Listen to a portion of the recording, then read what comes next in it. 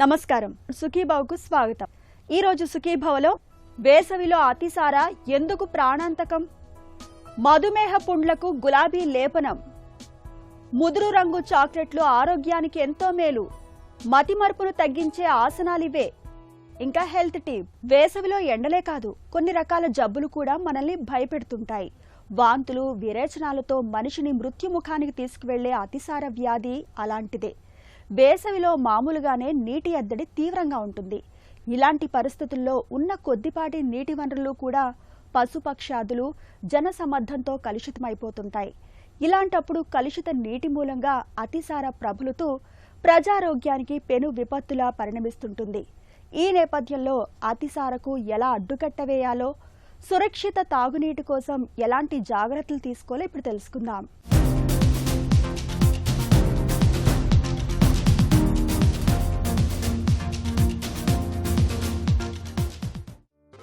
వాంతులు, విరేచనాలు ఈ రెండు పెద్దగా భయపెట్టే జబ్బుల్లాగా కనిపించకపోవచ్చు. కానీ ప్రపంచవ్యాప్తంగా ఏటా 100 కోట్ల డయేరియా కేసులు నమోదవుతున్నాయని, అందులో 20 లక్షల మంది కేవలం వాంతులు, విరేచనాల మూలంగా చనిపోతున్నారని తెలిస్తే వాంతులు, విరేచనాలు ఎంత ప్రమాదకరమైనవో అర్థం చేసుకోవచ్చు.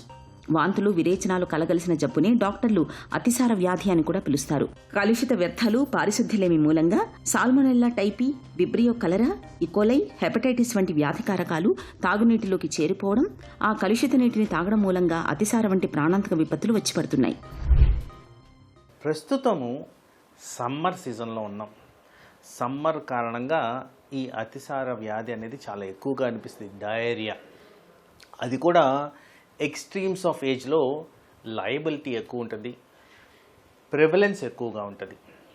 మరి అతిసార వ్యాధి అంటే ఏంటని చూస్తే వాటరీ స్టూల్స్, గుర్తుపెట్టుకోండి, పల్చంగా నీళ్ళ రూపంలో వచ్చే మోషన్, అలా అయినే దాన్ని డయేరియా అంటారు. రోజులో 3కి మించి కానీ ఇలాంటి స్టూల్స్ పాస్ అయితే దీన్ని బై డెఫినేషన్ లూజ్ స్టూల్స్ కింద కన్సిడర్ చేస్తారు. సమ్మర్లో ఎందుకు డయేరియా ఎక్కువ ఉంటుంది అని చూస్తే, ఒకటి స్కేర్సిటీ ఆఫ్ వాటర్, 2 సమ్మర్ అనగానే మనందరం కూడా చేసేది చల్లటి పానీయాలు తాగే విధంగా, లేకపోతే ఫ్రూట్స్ తినే విధంగా చూసుకుంటాం. కానీ శుభ్రపరిచేదానికి ఆ ఏరియాస్ పరిశుభ్రంగా ఉన్నాయా, అడిక్వేట్ అమౌంట్ ఆఫ్ వాటర్ ఉందా, వాళ్ళ స్టోరేజ్ ఫెసిలిటీ నార్మల్ ఉందా లేదా మీరు గమనించుకోవాలి. ఎందుకు అంటే ఈ డయేరియా అనేది వచ్చినప్పుడు కారణాలు పలు రకాలు. వీటిల్లో ముఖ్యంగా సమ్మర్కి ఉద్దేశించి మాట్లాడుతున్నప్పుడు వైరల్ ఇన్ఫెక్షన్స్, 2వది బ్యాక్టీరియల్ ఇన్ఫెక్షన్స్, 3వది ఫుడ్ పాయిజనింగ్, 4వది మనకు underlying condition inflammatory bowel disease అనడం. వీటిలన్నిటి కారణంగా లూజ్ స్టూల్స్ వచ్చేదానికి ఛాన్స్ ఉంది. అయితే సమ్మర్ గురించి మాట్లాడుతున్నప్పుడు శుభ్రంగా మనము పరిసరాలు ఉంచుకోకపోవడం, అంటే జనరల్గా అందరూ చేసి శుభ్రపరచడం అంటే నీళ్లతో శుభ్రపరుస్తాం. మరి సమ్మర్లో మనందరికీ తెలిసిందే వాటర్ అంత అడిక్వేట్గా ఉండవు, కాబట్టి శుభ్రపరచడం అనేది సరిగ్గా ఉండదు. తర్వాత ఈ చల్లటి పానీయాలు, ఈ ఫుడ్ ఐటమ్స్ ఏదైతే తింటామో వీటిలో ఐస్ తరచుగా వాడతారు. మరి ఆ ఐస్లో నాణ్యత ఉందా, దాన్ని ప్రాపర్గా స్టోర్ చేశారా, ప్రాపర్గా ప్రిపేర్ చేశారా, కంటామినేట్ కాకుండా ఉందా, ఇది కూడా గమనించుకోవాల్సిన అవసరం ఉంది. అండ్ సహజంగా ఈ చల్లటి పానీయాలు తాగేటప్పుడు వాటిలో అడిటివ్స్ వేస్తుంటారు, కలర్డ్ ఐటమ్స్, ఇంకోట అని వేస్తుంటారు. అవి కరెక్ట్ ఉన్నాయా లేవా, ఎందుకంటే ఇక్కడ మనకి ఫుడ్ పాయిజనింగ్ అయ్యేదానికి ఛాన్స్ ఉంది.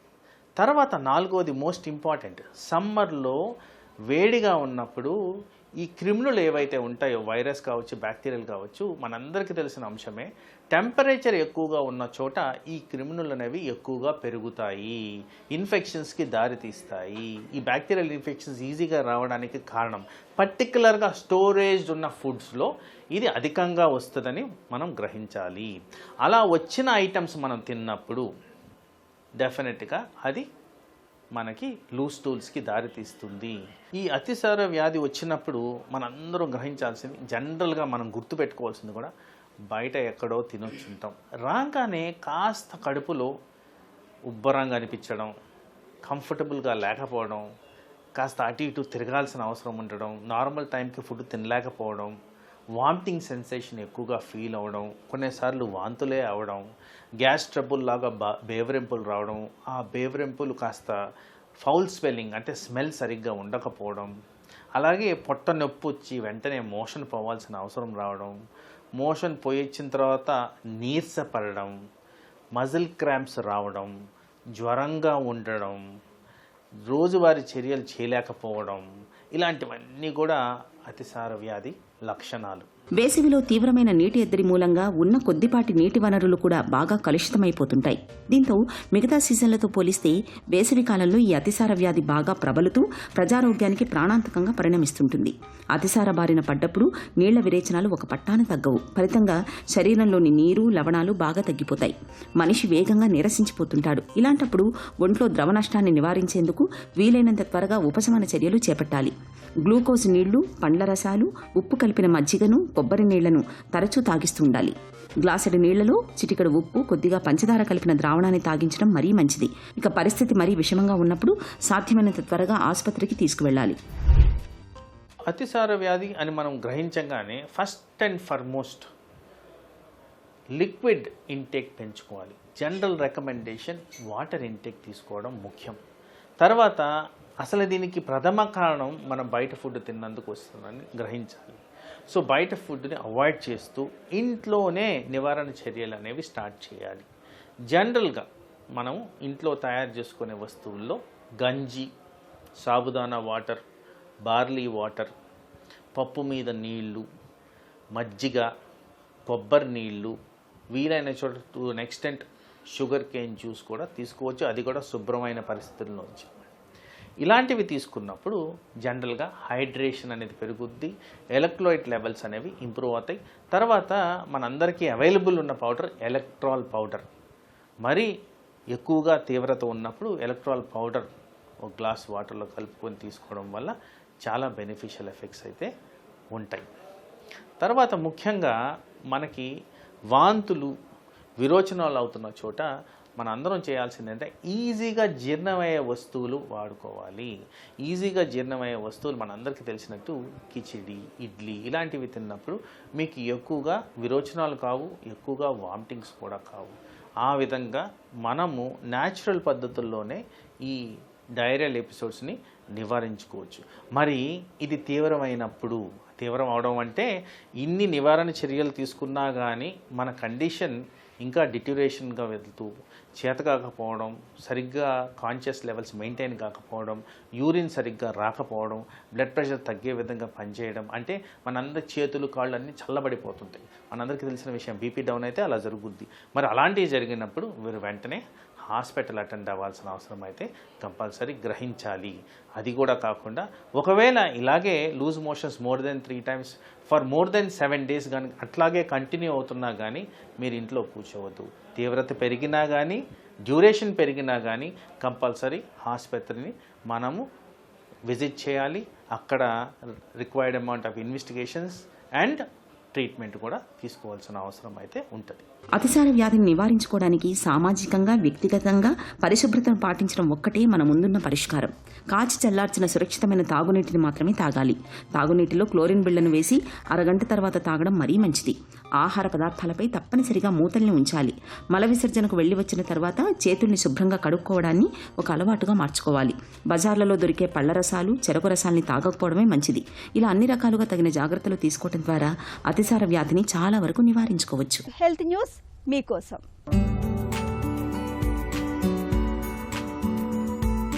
మృదువైన గులాబీ రేకులతో మధుమేహం మూలంగా పాదాలకు పడే పుండ్లు నయమైతే ఎలా ఉంటుంది?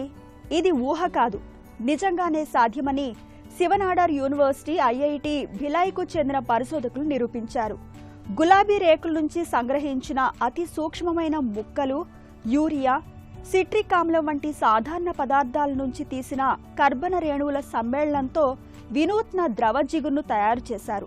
దీన్ని పుండ్ల మీద నేరుగా లేపనంగా పూస్తే చాలు. నయం చేసే రసాయనాలు, బ్యాక్టీరియా నిర్మూలించే కారకాలు నెమ్మదిగా విడుదలవుతాయి. గులాబీ రేకుల నుంచి సంగ్రహించిన అతి సూక్ష్మమైన ముక్కలు చర్మ కణాలు కొత్త రక్తనాళాలు వృద్ధి చెందేలా, వాపును తగ్గించేలా చేస్తాయి. ఇక యూరియా, సిట్రిక్ ఆమ్లం నుంచి తీసిన కర్బన రేణువులు ఆక్సీకరణ ఒత్తిడిని సృష్టించడం ద్వారా ఈకోలి వంటి బ్యాక్టీరియా కణగోడలకు చిల్లులు పడేలా చేసి వాటిని నిర్మూలిస్తాయి. ఫలితంగా పుండ్లు త్వరగా నయం అవుతాయి. వెండి ఆధారిత కట్లు, ఖరీదైన గ్రోత్ ఫ్యాక్టర్ చికిత్సలతో పోలిస్తే ఇది చాలా చవక. విషపూరితం కాదు. కొంతకాలానికి తనకు తానే సహజంగా క్షీణిస్తుంది. ఈ గులాబీ రేకుల లేపనాన్ని మధుమేహం గల ఎలుకల పుండ్ల మీద పరీక్షించినప్పుడు మంచి ఫలితాలు కనిపించాయి. పుండ్లు 50 నుంచి 70% ఎక్కువ వేగంగా నయం అయ్యాయి. బ్యాక్టీరియా మోతాదులైతే 99% కన్నా తక్కువకు పడిపోయాయి. పుండ్లు నయమయ్యే క్రమంలో బలమైన కొలాజన్, వ్యవస్థీకృతమైన కొత్త చర్మ పొరలు ఏర్పడినట్లు తేలింది. అంటే గులాబీ లేపనం అనేది చర్మంపై మచ్చలు పడకుండా పుండ్లను నయం చేస్తుందన్నమాట. కదులుతూ ఉన్నప్పుడు ఈ ద్రవ జిగురు స్థిరంగా ఉండడం, రక్తంలో గాని చర్మంలో గాని ఎలాంటి దుష్ప్రభావాలు తలెత్తకపోవడం గమనార్హమని పరిశోధకులు తెలిపారు. చాక్లెట్లంటే చిన్న పెద్ద అందరికీ ఇష్టమే. అయితే ఎక్కువగా తింటే దంతాలు పాడైపోతాయని, పిప్పు పళ్ళు వస్తాయన్న భయంతో చాలా మంది చాక్లెట్లకు దూరంగా ఉంటారు. చాక్లెట్లు ఎక్కువగా తినకుండా పిల్లల్ని కట్టడి చేస్తుంటారు. అయితే మిగతా చాక్లెట్ల విషయంలో ఎలా ఉన్నా ముదురు రంగు చాక్లెట్లతో మనకు మేలే జరుగుతుందని చెబుతున్నారు నిపుణులు. బరువును, కొవ్వును తగ్గించడంలోనూ, లైంగిక సామర్థ్యాన్ని పెంచడంలోనూ, వృద్ధాప్య ఛాయల్ని దూరం చేయడంలోనూ ముదురు రంగు చాక్లెట్లు ఎంతగానో తోడ్పడతాయని అనేక పరిశోధనలు సైతం వెల్లడిస్తున్నాయి. ఈ నేపథ్యంలో ముదురు రంగు చాక్లెట్లతో వనగూరే ఆరోగ్య ప్రయోజనాల గురించి ఇప్పుడు తెలుసుకుందాం.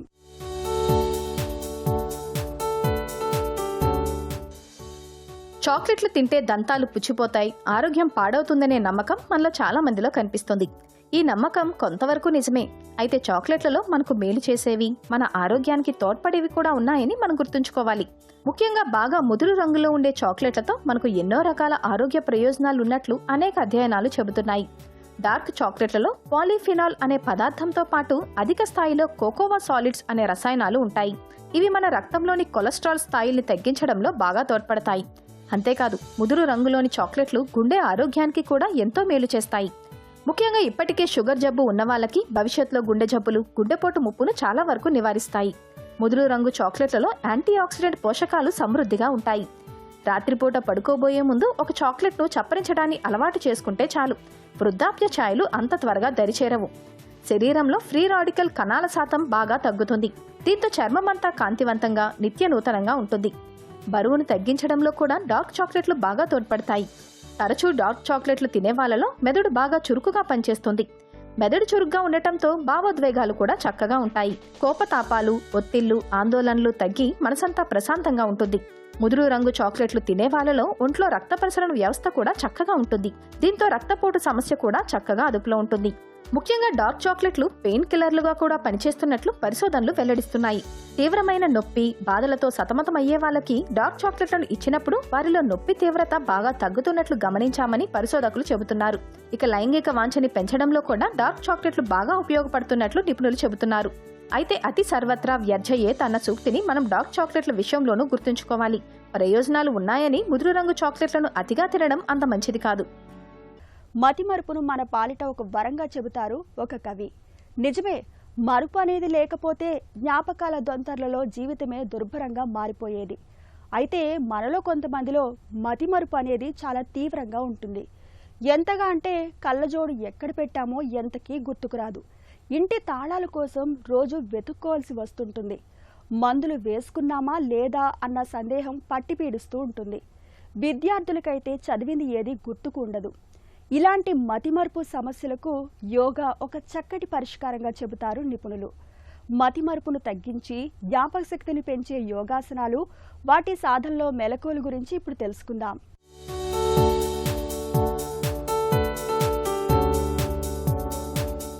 ఈనాటి కార్యక్రమంలో మెమరీ లాస్కి సంబంధించినటువంటి కొన్ని ప్రత్యేకమైనటువంటి యోగాసనాలు, ముద్రలు ఎలా చేయాలన్న దాని విషయంగా ఈరోజు మనం తెలుసుకుందాం.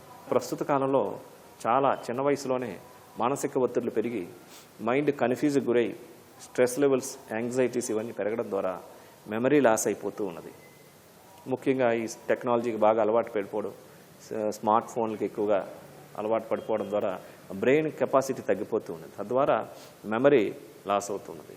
సో ప్రతిరోజు మనం యోగ సాధన చేస్తూ ఉంటే, మెడిటేషన్ చేస్తూ ఉంటే మైండ్ అంతా కూడా ఫిల్టరింగ్ అయిపోయి, అంటే అక్కర్లేనివన్నీ కూడా బయటికి పంపించేయడం ద్వారా, లైక్ స్ట్రెస్, టెన్షన్స్, అనవసరమైనవన్నీ తీసేయడం ద్వారా అవసరమైన సమాచారం ఉన్నప్పుడు ఆటోమేటిక్గా మెమరీ అనేది ఇంక్రీజ్ అవుతూ ఉంటుంది. సో దానికి సంబంధించినటువంటి ఈరోజు కొన్ని ప్రత్యేకమైనటువంటి ఆసనాలు ఎలా చేయాలి అనేటటువంటిది మనం చూద్దాం. వృక్షాసనం, ఇది లెఫ్ట్ బ్రెయిన్కి, రైట్ బ్రెయిన్కి సంబంధించింది. సో అదేవిధంగా సంతులాసనం, ఇది కూడా బ్రెయిన్ మీద చాలా అద్భుతమైన ప్రభావాన్ని కలుగజేస్తూ ఉంటుంది. అదేవిధంగా భ్రామరీ ప్రాణాయామం, ఈ మైండ్ యొక్క పనిచేసేటటువంటి దాంట్లో ఒక 4 ఇంతలు రెట్టింపు దీంట్లో పనిచేయడంలో ఈ భ్రామరీ ప్రాణాయామం అద్భుతంగా ఉపయోగపడుతుంది. ఎట్లాంటి డిప్రెషన్ అయినా తొలగించేస్తుంది. సో మెమరీని బాగా పెంచడంలో ఈ యొక్క ప్రాణాయామం అద్భుతంగా ఉపయోగపడుతుంది. ముఖ్యంగా తల్లిదండ్రులందరూ కూడా పిల్లల చేత ఈ ఇట్లాంటి ప్రాణాయామాలు, ఇలాంటి ఆసనాలు చేయించడం ద్వారా చాలా ఉపయోగకరంగా ఉంటుంది. సో వాటిని ఇప్పుడు ఎలా చేయాలో చేసి చూద్దాం. ముందుగా వృక్షాసనం, దండాసనంలో నిలబడిన తర్వాత పాదాలు 2 జతలో ఉంటాయి, 2 చేతులు శరీర పక్క భాగాలు తాకుతూ ఉంటాయి. ఈ స్థితిలో ఎడమ కాలు ఫోల్డ్ చేస్తూ కుడి కాలు మీద సపోర్ట్ తీసుకుంటాం. ఎడమ కాలు యొక్క పాదాన్ని కుడి కాలు యొక్క తొడక తాకించి కుడి కాలు మీద బ్యాలెన్స్ చూసుకుంటూ 2 చేతులు నిదానంగా పైకి లేపాలి.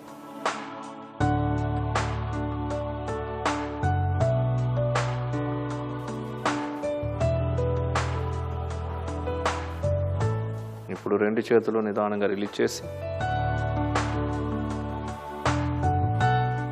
ఎడమ కాలుని కుడి కాలు జతలోనికి తీసుకుంటాం.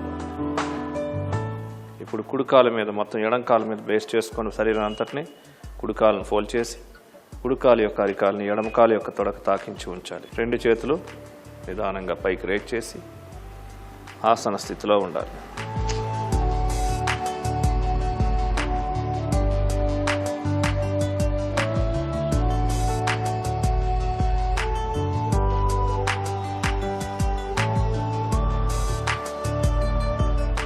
ఇప్పుడు నిదానంగా హ్యాండ్స్ రిలీజ్ చేసి కుడి కాలుని ఎడం కాలు జతలోనికి తీసుకొని రావాలి.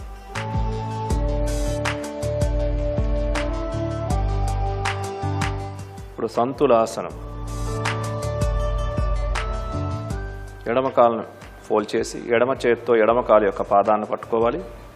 కుడి కాలుని నిదానంగా కుడి చేతిని హ్యాండ్ రైజ్ చేయాలి.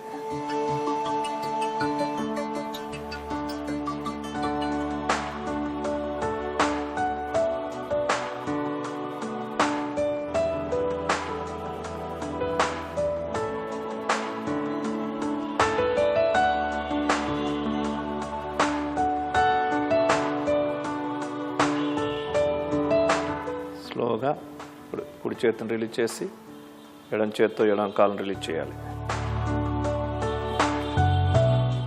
అదేవిధంగా కుడి కాలును ఫోల్డ్ చేసి కుడి చేతితో కుడి కాలు యొక్క పాదాలను పట్టుకోవాలి.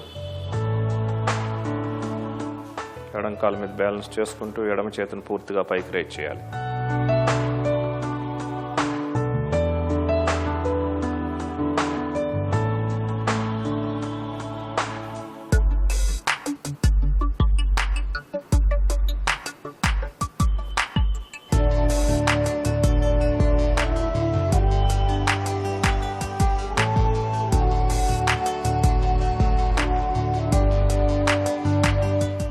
నిదానంగా ఎడమ చేతిని రిలీజ్ చేసి కుడి కాలుని కూడా రిలీజ్ చేసి ఎడం కాలు జతలో తీసుకొని రావాలి. ఇప్పుడు సుఖాసనంలో కూర్చోవాలి.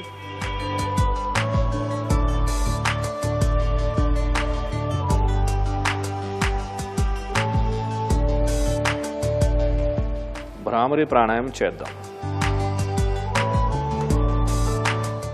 వజ్రాసనానికి రావాలి. Both legs straight. వజ్రాసనానికి ఎడమ కాలును ఫోల్డ్ చేయాలి. ఎడమ కాలు జతలో కుడి కాలును కూడా ఫోల్డ్ చేసి ఉంచాలి. దీన్ని పద్మాసనం మీద కానీ, సుఖాసనం మీద కానీ, వజ్రాసనం మీద కానీ చేయవచ్చు. వజ్రాసనం మీద చేస్తే ఇంకా మంచి ప్రభావం ఉంటుంది. 2 బటన్ వేరేలు చెవులో ఉంచాలి. 4 వేళ్ళు కళ్ళు పైన మూసి ఉంచాలి. ఒక 5 బ్రీతింగ్స్ చేద్దాం. శ్వాసను పూర్తిగా తీసుకోవాలి. మౌత్ క్లోజ్ చేసి హమ్మింగ్ సౌండ్ చేస్తూ శ్వాసను బయటికి విడిచిపెట్టాలి.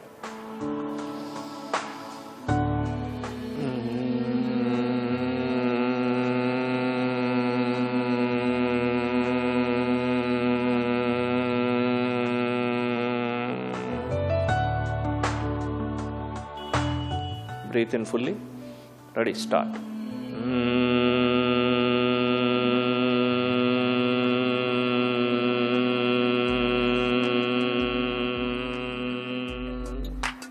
శ్వాసను తీసుకోవాలి.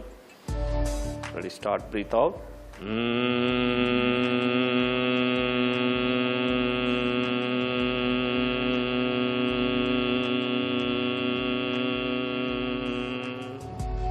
Ready, start. Breathe in. Breathe out.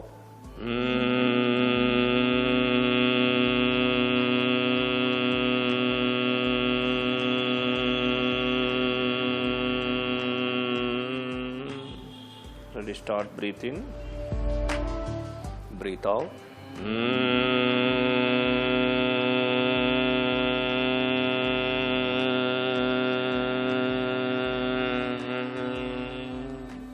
Stop. Hands రెండు రిలీజ్ చేయండి. కళ్ళు తెరవండి. వజ్రాసనం నుంచి బయటికి రండి.